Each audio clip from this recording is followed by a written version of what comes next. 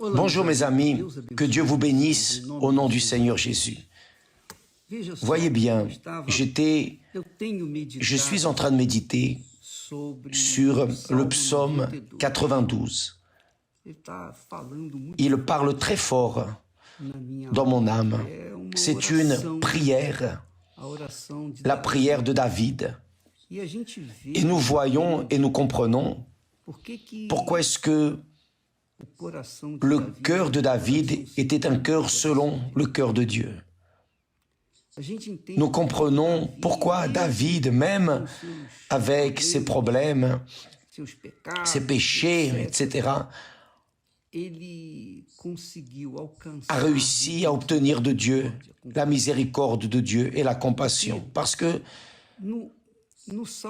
dans le psaume 42, sa prière commence ainsi. Il dit « Comme une biche soupire après des courants d'eau ». La biche est un animal. Comme elle soupire, c'est-à-dire aspire après les courants d'eau, parce que la biche avait besoin, dans le désert, vivant dans les déserts, avait besoin d'eau pour étancher sa soif. Il dit, comme une biche soupire après des courants d'eau, ainsi mon âme soupire après toi, ô Dieu. Mon âme a soif de Dieu, du Dieu vivant. Voyez seulement, mon âme a soif de Dieu, du Dieu vivant. Quand irai-je et paraîtrai-je devant la face de Dieu? C'est-à-dire, David désirait la mort parce qu'il était fatigué, il vivait une dépression profonde, il vivait un moment de l'enfer. Son âme était en dépression, dépressive. C'est pour cela qu'il dit, quand irai-je? En d'autres mots, quand vais-je mourir pour être devant Dieu? Mon Père, c'est la réalité. Parce que son âme était désespérément assoiffée. Et là, il dit, au verset 4, « Mes larmes sont ma nourriture jour et nuit. » Voyez sa souffrance. C'est-à-dire, il pleurait, il était roi. Il était roi. Il avait un royaume à ses pieds. Il était oint de Dieu. Mais à cause de son péché, évidemment, il a suscité la douleur dans son âme. À cause de ses péchés, il était en train de gémir. À cause de ses péchés, il se sentait seul, abandonné. Et évidemment, ses ennemis, qui n'étaient pas peu, se sont dressés, et David ne voyait pas comment sortir de cette situation. Alors il disait, « Mes larmes sont ma nourriture jour et nuit, pendant qu'on me dit sans cesse, où est ton Dieu ?» Voyez seulement, David a affronté ce que beaucoup de chrétiens affrontent aujourd'hui. Des personnes qui insultent notre foi à l'heure de notre douleur, de notre affliction, de notre angoisse, dans les moments difficiles, de tempête. Les incrédules arrivent vers nous et disent, où est ton Dieu? Ouais, tu n'es pas de Dieu, tu ne vas pas dans cette église-là, d'Edir Macedo, c'est pas ça. Combien de personnes viennent vers nous? Je sais qu'arrivent vers les personnes qui fréquentent l'Église universelle, mais nous aussi, assaillis par ce genre de confrontation. Oui, où est ton Dieu? Où est ton Dieu? Et là, David dit, je me rappelle, c'est-à-dire lorsque la personne fait face, quand les personnes l'affrontaient, il dit, je me rappelle avec effusion de cœur Voyez que David focalise son âme. Son problème n'était pas l'argent, n'était pas le pouvoir, n'était pas la gloire. Son problème, c'était son âme qui était affligée, désespérée. Mais pourquoi était-elle désespérée? À cause du péché. Le péché, mes amis, fait notre âme tomber malade. Vous saviez ça? Dans le psaume antérieur, le psaume 41, aussi, le psalmiste dit la même chose. Mon âme est malade parce que je suis en péché, parce que j'ai péché contre Dieu. Alors, il dit, je me rappelle avec effusion de cœur quand je marchais entouré de la foule et que je m'avançais à sa tête vers la maison de Dieu au milieu des cris de joie et des actions de grâce d'une multitude en fête. Je se rappelle quand ils allaient en fête au temple. Mais au verset 6, il dit « Pourquoi t'as battu mon âme ?» Il parlait à son âme, c'est intéressant, n'est-ce pas? Parce que la souffrance de l'être humain, c'est l'âme, ce n'est pas dans le corps. La souffrance des personnes est dans l'âme, pas dans l'esprit, ni dans le corps, mais dans l'âme. La souffrance de l'être humain, l'infélicité, le manque, le désespoir, la misère des personnes est dans l'âme. Et dans l'âme. Et comment va-t-on résoudre un problème de l'âme? Comment va-t-on résoudre le problème de l'âme? Alors David dit à l'âme, « Pourquoi t'as battu mon âme et gémis-tu au-dedans de moi? Espère en Dieu, car je le louerai encore. Il est mon salut et mon Dieu. » Voyez mes amis, quand vous lisez la Bible, regardez cet angle du point de vue de l'âme, spécialement dans les psaumes qui parlent beaucoup de la souffrance de l'âme, aussi bien des prophètes comme du propre roi David. Alors, si votre âme, si vous êtes en train de souffrir d'un problème sentimental, c'est votre âme qui est en train de souffrir. Si vous souffrez de problèmes économiques, vous n'avez pas de travail, vous êtes préoccupé, c'est votre âme qui est préoccupée. Si vous souffrez, disons, de rejet de tout et de tous, c'est votre âme qui souffre. Quand l'enfant est rejeté par le père, par la mère, c'est son âme qui souffre, qui est en train d'être rejetée. Quand la personne souffre parce qu'elle n'a pas le pain quotidien, c'est son âme qui est en train de souffrir à travers son corps. Notre âme utilise notre corps pour exprimer sa douleur, sa souffrance. Jésus est venu pour sauver l'âme. Il n'est pas venu sauver le corps, et bien moins l'esprit, mais pour sauver l'âme. Parce que l'esprit, qui est l'intelligence, notre intelligence retourne à Dieu. Le corps, qui est poussière, retourne à la poussière. Mais l'âme retourne où va l'âme? Où va votre âme? Où va mon âme? Où va notre âme? Notre âme va là où nous avons choisi qu'elle aille. Si je choisis, si je fais du Dieu vivant mon Seigneur, alors mon âme, quand elle décollera de mon corps, ira vers mon Seigneur.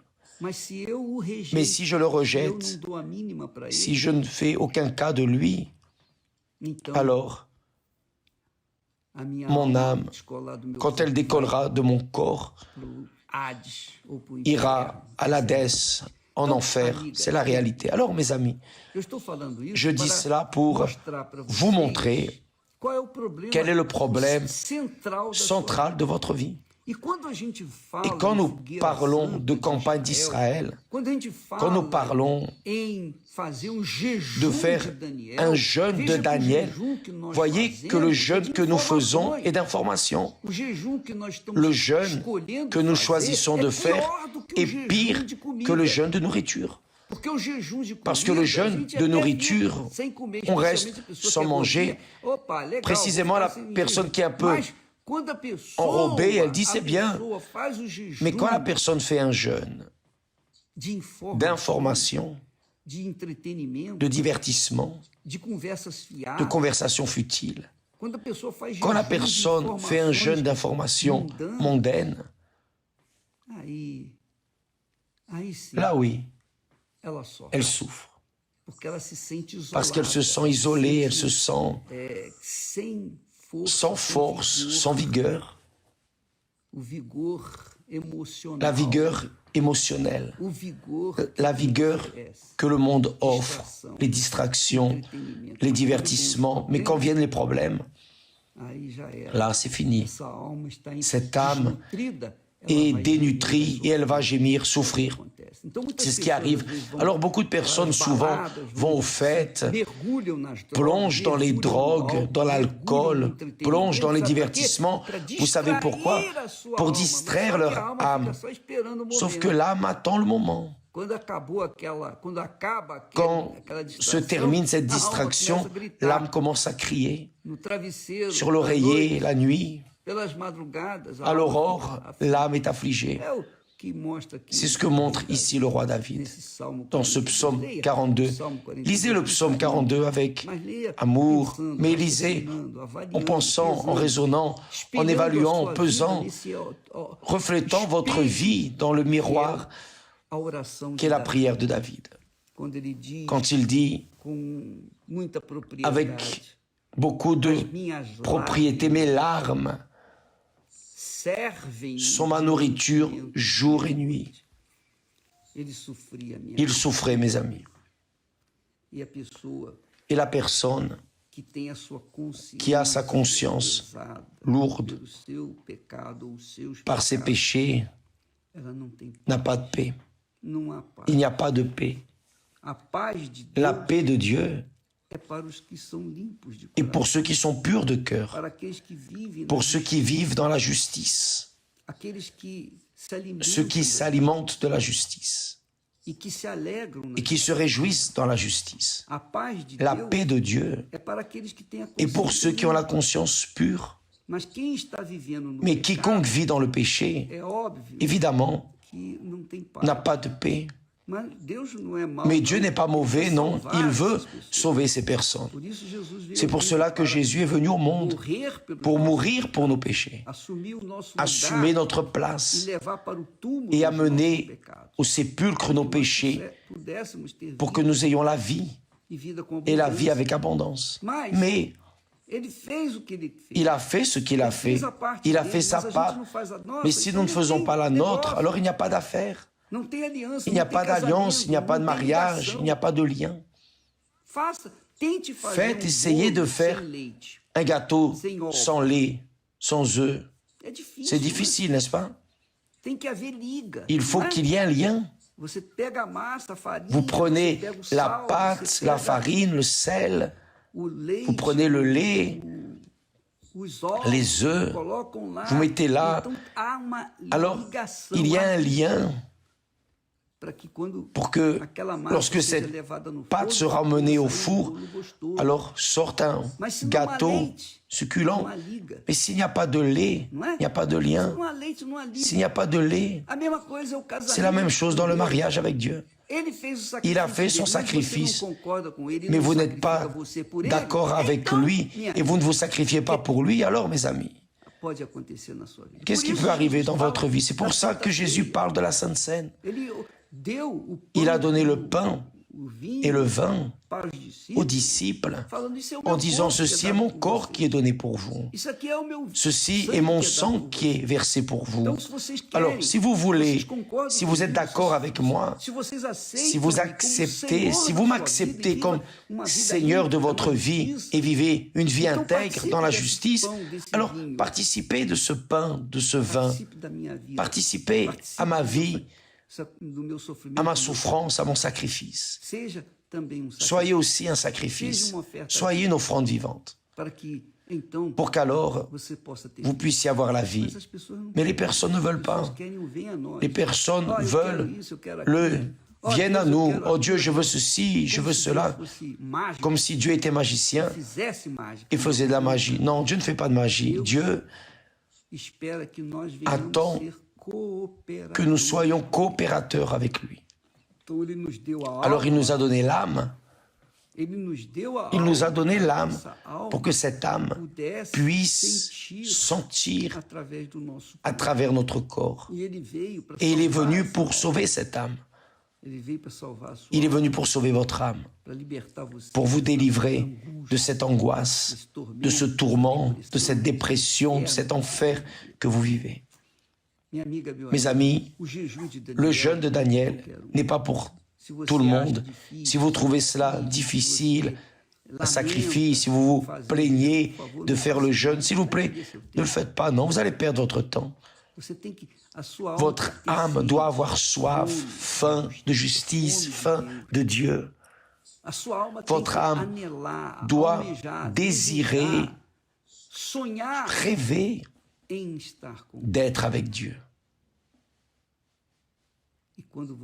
Et quand vous faites votre part, vous vous sacrifiez, vous prouvez à vous-même que vous croyez dans la parole de Dieu, que vous croyez en Dieu.